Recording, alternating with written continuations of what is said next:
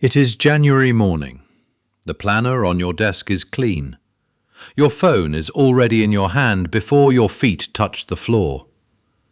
There is a gym email sitting unread in your inbox. There is a water bottle on the counter.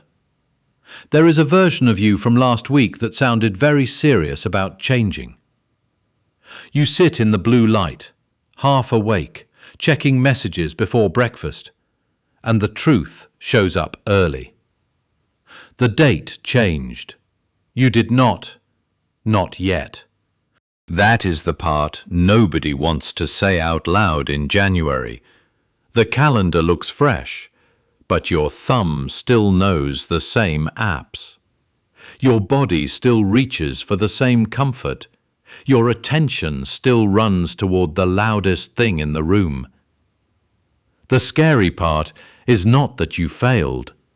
The scary part is how fast the old pattern answered for you. One morning becomes 1 week. 1 week becomes 1 month.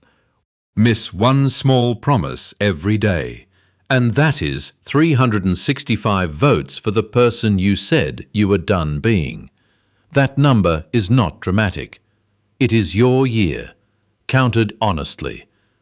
This is where the old warrior mindset becomes useful, not as costume, not as fake toughness, not as pretending your apartment is a battlefield, as a sharper way to live. Discipline should not make you hate yourself. It should make it harder to lie to yourself. These 5 samurai mindset rules are not about feeling intense. They are about becoming harder to pull off your path. They ask one clean question. What did you do this morning? Not what did you plan? Not what did you promise at midnight? Not what did you imagine while watching one more video about becoming unstoppable? What did you actually touch? Open the unread gym email. Fill the water bottle. Put your feet on the floor before the phone wins the room. That is where the year starts, not in the perfect mood, in the first small action that interrupts the loop before the loop becomes your life again. You say health matters, but the gym bag is still in the back seat while you pull into the drive-thru after work. You say sleep matters, but at 12:17 a.m. your thumb is still moving while tomorrow's alarm is already set. You open the laptop to work on the task that could change your life, and 3 minutes later you are checking email, moving files, and doing anything except the thing. This is the lie, not a dramatic lie, a quiet one, the kind you can hide inside good intentions. You tell yourself you want a stronger body, but the body only sees what you repeatedly do. You tell yourself you want a calmer mind, but the night keeps getting handed to the phone. You tell yourself the project matters, but the cursor keeps blinking while you organize the easy stuff. Your actions are the receipt. In Japanese strategy language, Kyojutsu points to the difference between what is real and what is false. For this year, use it as a mirror. The story sounds clean. The behavior tells the truth. And that truth stings because it removes your hiding place. Most people do not stay stuck because they have no goals. They stay stuck because their goals live in sentences, while their comfort lives in schedules. Want health? Count tonight's dinner. Want focus? Count the first 10 minutes after opening the laptop. Want better sleep? Count what happens after the alarm is set. One wasted midnight scroll is not your whole life. But 1 hour a night becomes 365 hours a year. That is more than 9 full work weeks handed to a screen you barely remember. The painful question is not, what do I want? You already know what you want. The sharper question is, what am I proving? Because your calendar does not believe your speeches. Your body does not believe your excuses. Your life believes your repetitions. This is where a lot of people feel embarrassed. You do not want to check the receipts because you already know what they say. The gym bag stayed packed. The page stayed blank. The phone got the last word again. No shame performance, no dramatic confession, just evidence. Tonight, do the audit in 2 sentences. Write, I say I want, then write, but my actions show. No excuses. No personality test. No fresh planner energy, just the gym bag, the phone, the laptop, and the truth sitting right in front of you. Write the 2 sentences on paper, and once the lie is on the page, the next question gets heavier. How long are you going to keep spending your life like there will always be more of it? After work, you lie in bed with your shoes still on the floor, telling yourself you will start Monday. Your phone is tilted over your face. One short video becomes 40 minutes. The workout slides into tomorrow. The application slides into tomorrow. The hard conversation slides into tomorrow. The page you meant to write slides into tomorrow. Nothing explodes. Nobody notices. Another ordinary night just disappears. That is the real battlefield, not a movie battlefield. The one with a charger cord, a tired body, and a ceiling you keep staring at while you negotiate with your own life. The trap is waiting for the perfect mood. You think you need a clean morning, a better week, a burst of confidence, a sign that now is finally the moment. But the moment keeps arriving, dressed like inconvenience. A heavy eyelid, a messy room, a notification, a body that does not feel ready. Perfect mood is a liar. Some modern tellings use the word shimekan for this kind of reminder, the steady awareness that life is temporary. Say it plainly. Your time is not guaranteed. Not panic, not doom, not sitting around imagining disaster. Just a clean pressure in the chest that says, do not spend your only life postponing your real one. This is where Suzuki Shosun matters. He was a real samurai from Japan's Warring States period, who later became a Zen monk. His teaching carried a hard edge because he had seen how fragile a human life really was.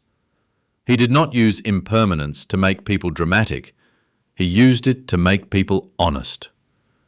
If this year were not guaranteed, what would stop being optional tonight? The text you keep avoiding. The 10-minute walk. The first paragraph. The apology. The application. Not everything. One thing. One small, living thing. Because 5 minutes looks pathetic until you count it 5 minutes a day is 1,825 minutes a year. That is more than 30 hours spent becoming someone you can respect, instead of another 30 hours proving that later owns you. And this is where self-improvement gets weird. We turn discipline into a personality. If you wake up at 5 a.m., you count. If you suffer loudly, you must be serious. If your routine looks intense enough, maybe your life is finally changing. No, this is not about acting tough. This is about refusing to waste tonight because you are scared to begin badly. You do not need a life crisis. You need a 5-minute breach in the wall. So while you are still in that bed, with your shoes on the floor and the phone warming your hand, ask the sharper question. If time were not promised, what would I touch first, not finish? Touch. Open the document. Put on the shoes. Write the message. Read 1 page. Do 5 minutes of the thing you keep postponing, and once you touch the thing that matters, the next test is brutal in a quieter way. Can your mind stay in the room long enough to do it? You sit down to work, but 6 tabs are open, your phone is face up beside the keyboard, and your brain starts jumping before the first sentence is finished. At lunch, a video plays while you eat, and the meal disappears without you tasting the second half. At the gym, you check texts between sets until the workout becomes another room where the phone is in charge. Then you sit across from someone you care about. You nod like you are listening. Your hand keeps reaching down to wake the screen. This is split living. Your body is in one place.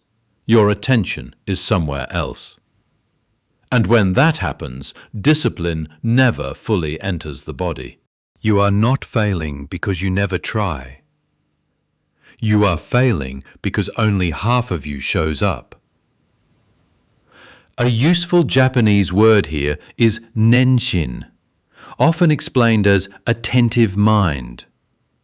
Plainly, it means keeping the mind where the body already is, not floating into tomorrow, not replaying yesterday, not checking the tiny glowing rectangle every time silence appears. Half work builds half trust. Half training builds half strength. Half listening builds half connection. That is why change feels weak even when your calendar looks busy. You can spend an hour working and come out with 10 real minutes. Do that every weekday, and 5 hours turns into 50 minutes of actual focus. The rest is just sitting near your life. The old warrior lesson is simple. Scattered attention is expensive. In combat, a wandering mind could cost a life. In your world, it costs the page, the rep, the conversation, the promise you made to yourself. Different battlefield, same leak. And here is the private truth of modern life. We do not just want to do the thing. We want the screen nearby to prove we still exist while we do it. The text might come. The notification might hit. Somebody might need us. Somebody might validate us. So the quiet task starts to feel invisible, and invisible starts to feel worthless. That is the new weakness, needing a witness for everything. A real life is built off camera. So choose one ordinary task tonight. Not your whole routine, one task. Wash the dishes with both hands and no podcast. Eat dinner with the phone in another room. Do one set at the gym without touching the screen. One quiet task a day is 365 moments a year where your attention comes back home. That is not small. That is training. Do one task with no second screen. And when nobody sees that small act, something uncomfortable will rise up the part of you that still thinks effort only counts if someone notices. You make the bed before work, but nobody claps. Nobody texts you that they are proud. The room still looks ordinary when you walk out. At night, you wipe down the sink, put the dishes away, and do 10 minutes of training in a quiet room, while the rest of the house barely notices. Then you finish the task you have been avoiding. For 1 second, your hand almost reaches for the phone. Part of you wants proof that someone saw you do it. That reach matters. Not because you are weak, because modern life has trained you to turn effort into evidence. Post the workout, track the streak, mention the hard thing, wait for a reaction, and if nobody sees it, some part of your mind whispers, "Did it even count?" It counted. Private effort still counts. Kigurai is a Japanese word often used for a kind of inner dignity, not arrogance, not acting superior, not pretending you do not care about people. It is quiet self-respect. It is doing the right thing before anyone rewards you for it. A person with Kigurai does not need noise before action. They make the bed because they said they would. They clean the sink because the room they live in deserves order. They train for 10 minutes because a body is built in private before it is seen in public. The dreamer needs a mood.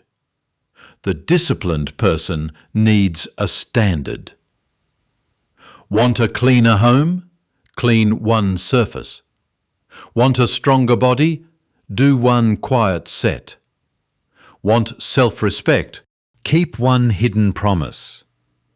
One hidden promise a day becomes 365 private wins in a year. That is 365 times you teach yourself, "I do not need to be watched to be real." And this is where the shame hits. If nobody notices, you wonder if it was wasted. It was not wasted. It was stored. Stored in your posture, stored in your room, stored in the way you trust yourself when life gets loud. Your life cannot be built only in moments that photograph well. The strongest parts of you will be boring to other people. The made bed, the closed laptop, the sink with no dishes, the workout nobody heard about, the message you did not send for attention. Kigurai is not cold, it is clean. It says, "I know what I am doing," even when the room is silent. Tonight, pick one promise that nobody will see. Keep it without posting it. And once you stop needing the world to witness every promise, the final question becomes harder. What single path are you actually willing to stop escaping? Your Notes app is full of goals. Get in shape, wake up earlier, build the side business, read more, save money, learn a skill, fix your sleep, become a totally different person by spring. On your laptop, 12 tabs are open. 3 habit trackers are downloaded. Every plan feels important until it is time to choose what gets the next hour. By dinner, you have touched a little bit of everything and finished almost nothing. The day ends with that familiar feeling that you were busy but not committed. This is scattered ambition. It feels responsible because it has a lot of words around it. But deep down, you know the truth. A long list can become a hiding place. You do not have 10 priorities. You have 10 exits. The old word here is isshin, one heart, not one mood, not one perfect routine, not one fantasy version of you who can fix every part of life in the same week. One chosen direction that gets your best energy before the rest of the world gets the leftovers. Most people treat discipline like a weekend guest. It comes over when the vibe is good. It leaves, the second life gets annoying. A bad night of sleep, a stressful email, a friend invites you out. The weather is ugly. Suddenly, the goal that mattered so much yesterday is back in the Notes app, waiting for a better version of you to rescue it. That is not discipline. That is negotiation. One heart closes the side doors. For 30 days, choose one priority and stop debating whether it matters. Not forever. Not your entire identity. 30 days. If health is the priority, the first workout wins before the new book, the new app, the new side quest. If focus is the priority, the first deep work block wins before inbox cleanup, content scrolling, and fake productivity. If sleep is the priority, the bedtime alarm wins before one more episode, one more video, one more I deserve this. One priority for 30 days is 30 votes in one direction. That is enough to feel different in your body. Not transformed, different. Less scattered, less fake busy. More able to trust the promise you made when nobody was watching. This is where the pressure hits. Choosing one path means grieving the fantasy that you can become every version of yourself at once. You cannot build a body, a business, a new sleep schedule, a reading life, a perfect morning routine, and a calmer mind all in the same first week. That is not ambition. That is self-sabotage wearing running shoes. Open the Notes app. Pick one priority for the next 30 days. Delete nothing. Choose one. Because the path you refuse to choose is the path that will keep choosing for you. Now picture this same date next year, with the same phone on the nightstand and the same quiet room around you. You wake up and either reach for the same screen, make the same excuses, and feel that same heavy disappointment. Or you notice something different in the way you move through the morning. There is no big speech, no crowd, no dramatic transformation scene. Just a quiet stack of private actions behind you. The workout you did. The task you finished. The night you put the phone down. The promise you kept when nobody was clapping. That is the code. Not motivation, not a new personality, a code. Kyo-jitsu taught you to stop polishing the story and look at the evidence. Shimekan taught you that time is borrowed, so tonight matters. Nenshin taught you to bring your attention back into your hands, your plate, your work. Kigurai taught you to keep going without needing the room to notice. Ishin taught you to pick one path and stop leaving 10 exits open. 5 ideas. 1 private standard. Your year will leave receipts. 1 hidden promise a day becomes 365 pieces of proof. Not perfect days. Proof. A walked block. A closed app. A cleaned counter. A finished page. A workout no one saw. A bedtime you actually obeyed.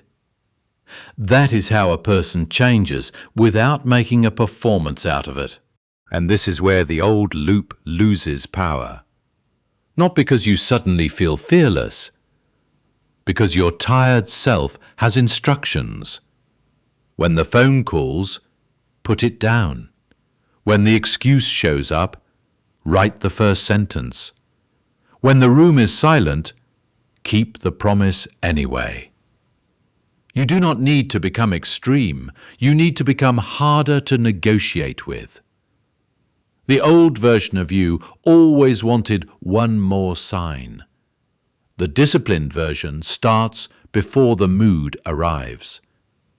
So choose the rule that hit the nerve. If you are choosing this code over the old loop, comment one word, discipline.